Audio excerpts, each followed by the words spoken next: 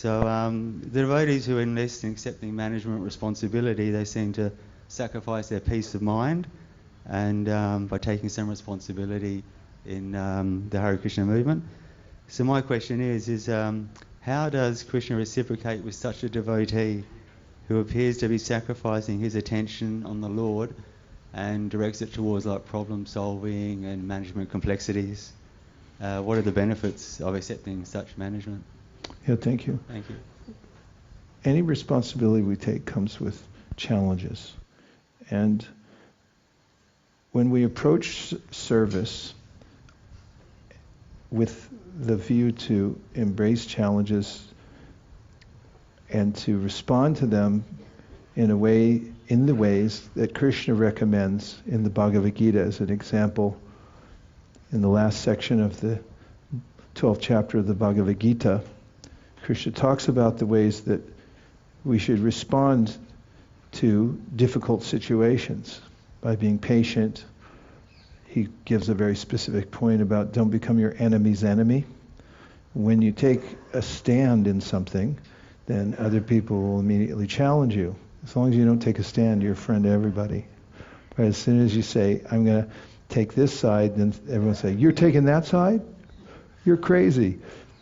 And what are the benefits? The benefits are that if we're mindful that every time a problem comes up, it's an opportunity.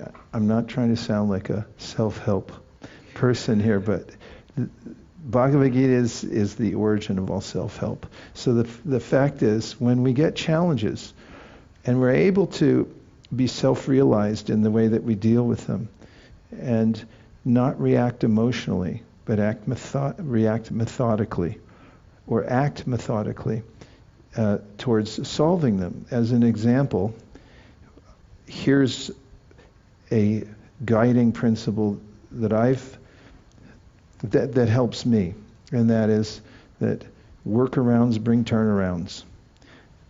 There are two sides to a challenge that which may come because somebody has a different idea than I do. One is, on one side of the spectrum, there's making an ultimatum. And that means, unless we do it my way, we're not going to do it at all. Which I've found to be wholly unproductive. Because there's a way in which once I say that, once I utter those words, I've painted I don't want to use a cliche, I've committed myself to not participating unless it's my way. And that stops the progress, generally.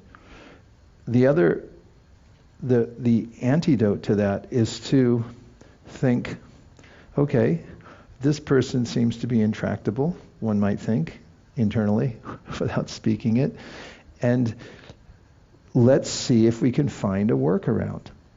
And what I've discovered, and this is very practical in managing situations, is that as soon as I start looking for the workaround, I'm open to it. I don't have the Rudra principle where the anger's building up in my chest, like, how dare this person not do it my way? And I start thinking, okay, let's see what way do you have? What do you do in your culture when these things come up? And listen and start talking in that way. It comes to oftentimes, or I could even venture to say most of the time, I find a better way to do it. And it requires tamping down this false ego that it has to be my way. And that's in congruence with the ways that Krishna recommends we deal with people, with situations and so forth. So management is an opportunity to have people bring to your doorstep every day, depending on what the project is and how big it is, a little basket full of problems. Do I have a basket here? They just knock on your door when you're least expecting it, when you think, now I'm going to read Bhagavad Gita by myself for 5 minutes, and then knock, knock, knock, and here, guess what happened? Guess who said what? Guess who's coming? Whatever it may be, there's always something that you have to deal with. And if I think, oh, why so many problems, which I actually did when I first became a temple president, my nerves were so jangled, I thought, I'm doing everything wrong. And they were so jangled, I had these wind chimes outside the kutir I live in, and I took them down because they were bothering me so much. And one day somebody had sent me some paperwork I had to fill out, and I was thinking, I don't do paperwork. And then I thought, you pompous person, well, what do you think? Who do you think you are? It's what who was the lawyer in Atlanta? Balavanta. Once when I was a brahmachari, I was stationed in Atlanta, and I got an abscess on my finger. So I needed to go to the hospital, and I said, oh, I'll just take a cab. And he said, take a cab? What do you think you are, a demigod? You're taking the bus. The inner city bus. And I said, of course it's my duty to fill out paperwork. I'm the temple president. So I filled it out, and then I started thinking it's my duty to deal with all these things, whatever was delivered. And then I felt comfortable doing the task because I thought, oh, now I get it. That's my service, to deal with problems.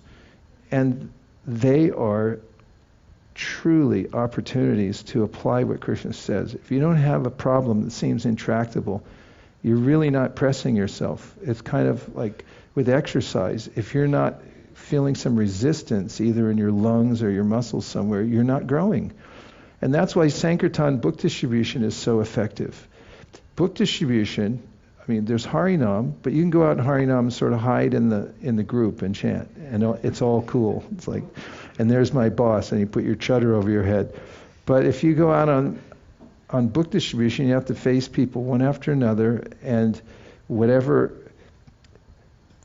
mentalities or false ego they have, you have to adapt to it. And it's like one of those rock tumblers where you put in rocks that are not polished, and then they tumble for some time, and then you take them out and they get polished. So long-winded answer, but I'm excited about the answer because it's an opportunity management to learn how Krishna's energies work and to notice how we react to situations. That's the first stage. When I see the Rudra energy come up, how dare they? I can be observant of it. As Krishna says in the Gita, Shaknoti havya shodhum praksharir vimukshanat kama krodot bhavam begam sayukta sa sukhinara. He says, if you're able to develop the power before you die, he says, I like that, before you die, son, if you're able to develop the power to not react to the Rudra principle, kama, krodhod bhavam vegam, these vegas that push on us, if you're able to learn how to step back and let that energy dissipate before you act on it, then he said you're eligible to go back home. Actually, what he says is you'll be a happy human. You'll be Sukhi Nara. You'll be the happy human. And that's impossible in this world. Nobody has that, but except for the person. So the benefit is you can become a Sukhi Nara. And you can see managers who have longevity, they've learned to be flexible, and they take problems as an opportunity. And I've seen it. I've learned from some really good people. And I watched, for instance, this is really long-winded, but one of the management situations I found myself in was one of the temples I was helping to oversee. Somebody was injured. In fact, I was here at Govardhana early in the morning, and I got a text, an email, something had happened. And from that point, when I saw the email, there was constant anxiety for at least a year and a half. Every day of what was going to happen. First of all, did the temple have insurance? That wasn't clear yet, which means it could have just been wiped out, the whole organization. They did. Was it enough? Apparently not. And I mean, on and on and on it went. I was working with a godbrother who deals with such situations, and I was impressed by all the phone calls and meetings that we had to show up to. He'd always show up with his lunchbox, and this is the mantra I took out of it: be methodical but dispassionate. He'd deal with whatever situation was in front of him at that time, but he didn't get jangled by it. He just did what was available, next thing. And I learned so much from that. This is what it means, I saw in him, to follow Krishna's instructions in the Bhagavad Gita. So we don't practice devotional service in an isolation chamber. We have to go out in the world. We're already in it. And vidyam cha yas, tad vedo bayam saha, avidyayamritum tirtva vidyayamritum ashnute. Only one can learn the process of nascience and that of transcendental knowledge side by side, can transcend the influence of repeated birth and death, and enjoy the full blessings of immortality. Period, full stop. For the longest answer in the history of our Govardhana meetings.